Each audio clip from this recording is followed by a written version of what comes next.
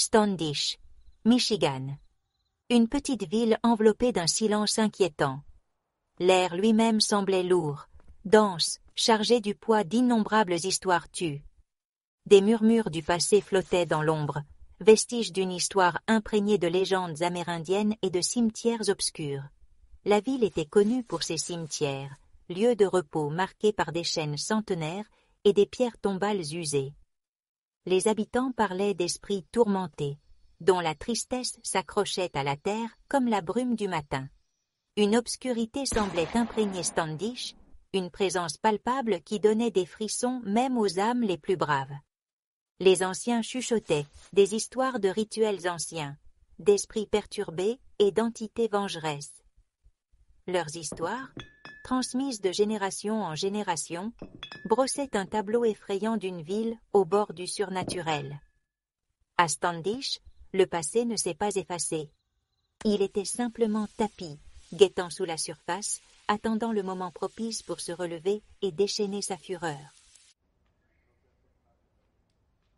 Randy Irvine a toujours été fasciné par l'histoire de sa ville. Il vivait dans une maison centenaire, dont les ossatures de bois craquaient à chaque changement de temps. La maison se dressait telle une sentinelle silencieuse, témoin d'une époque révolue. Randy se sentait connecté à son histoire, attiré par ses récits comme un papillon par une flamme. Par un après-midi humide, alors qu'il rénovait sa cave, Randy fit une découverte inattendue. Sous la terre froide et humide gisait un squelette. Ses orbites vides semblaient le fixer droit dans les yeux, murmurant des secrets d'outre-tombe. La découverte fit courir un frisson dans le dos de Randy, mais éveilla aussi en lui une intense curiosité. Il ne pouvait s'empêcher de penser que le squelette essayait de communiquer avec lui, de lui raconter quelque chose. Poussé par cette nouvelle intrigue, Randy plongea dans le monde de l'inconnu, cherchant des moyens de contacter l'esprit qu'il croyait prisonnier de sa maison. Il ne savait pas que sa curiosité allait bientôt réveiller des ténèbres qu'il n'aurait jamais pu imaginer. La soif de savoir de Randy le conduisit au rayonnage poussiéreux de la bibliothèque municipale. Là, caché dans un coin sombre, il découvrit un livre usé, relié en cuir, craquelé. Son titre lui donna des frissons. Le livre des ombres. En ouvrant le livre prudemment, une odeur de moisi envahit ses narines, l'arôme du papier vieilli et des secrets oubliés. Les pages étaient remplies de symboles cryptiques et d'incantations anciennes, chacune promettant le pouvoir sur le monde spirituel. Un sortilège en particulier retint son attention, un rituel destiné à invoquer et à communiquer avec les morts. Il y était fait mention de terribles conséquences, des risques liés au fait de perturber le sommeil des morts. Mais Randy, aveuglé par sa curiosité insatiable, ignora les avertissements. Il était déterminé à percer les secrets du squelette dans sa cave, à plonger dans l'inconnu et à dévoiler les mystères cachés sous ses pieds. Son cœur battait la chamade, partagé entre la peur et l'excitation, tandis qu'il s'apprêtait à prononcer les paroles interdites. Alors que le soleil se couchait à l'horizon, projetant de longues ombres sur la ville de Standish, Randy rassemblait les ingrédients pour le sortilège. Les bougies tremblaient nerveusement, projetant des ombres dansantes sur les murs de son sous-sol, tandis qu'il disposait des os, des herbes et une coupe en argent avec des mains tremblantes. L'air devint lourd d'attente. Une tension palpable emplissait l'atmosphère, alors qu'il commençait à réciter les paroles du texte ancien. Sa voix, d'ordinaire forte et assurée, tremblait d'un mélange de peur et d'excitation. Soudain, les bougies s'éteignirent, plongeant le sous-sol dans une obscurité oppressante. Un vent froid balaya la pièce, tourbillonnant autour de Randy comme une présence malveillante.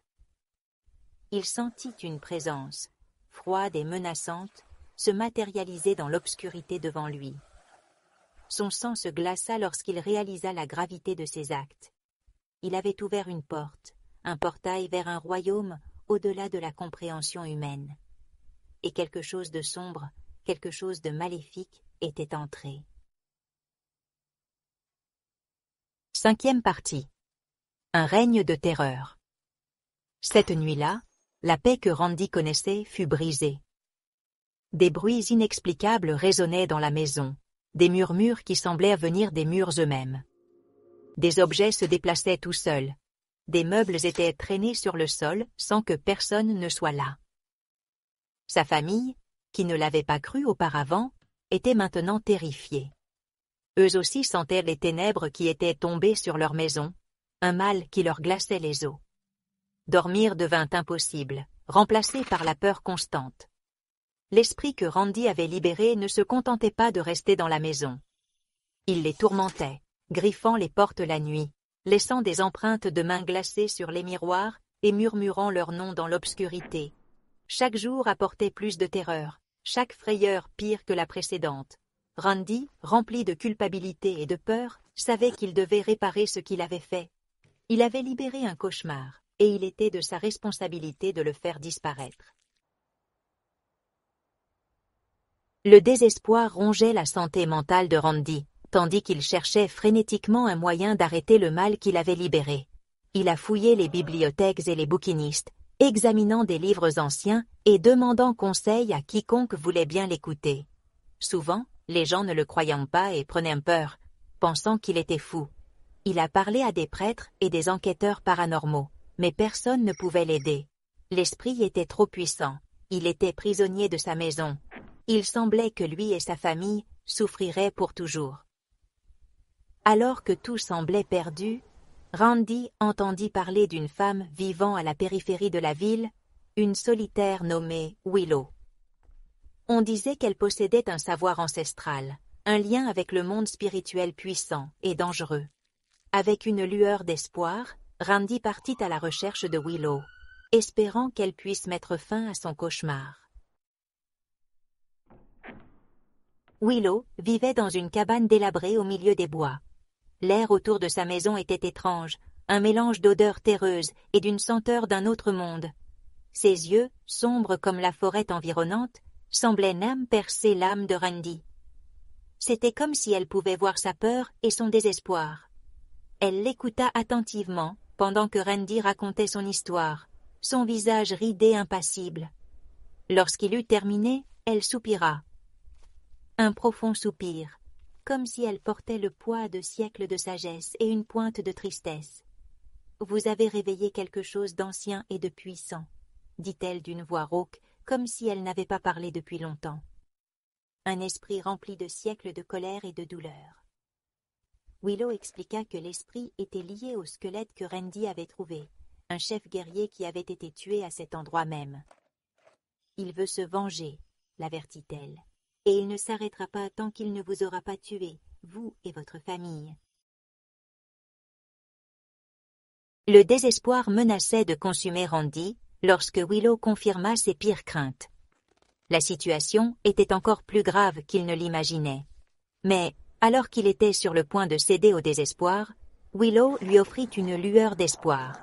« Il y a quelqu'un qui peut vous aider, » dit-elle d'une voix à peine audible. « Nora Rainer, une guérisseuse d'âme, une exorciste. » Willow le prévint que trouver Nora ne serait pas facile. Elle vivait loin de Standish, une ermite qui gardait jalousement son savoir et son pouvoir. « Mais, » ajouta-t-elle, « si quelqu'un peut vous aider, c'est bien elle. » Armé de cette nouvelle information, une lueur d'espoir perça le désespoir de Randy. Il savait qu'il devait trouver Nora Rainer, coûte que coûte. La vie de sa famille en dépendait.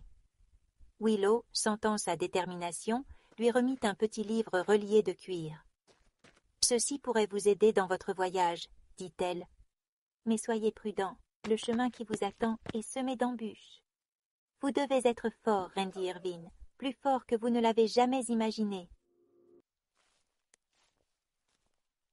Alors que Randy commençait son périple pour trouver Nora Rainer, une sensation d'effroi l'envahit.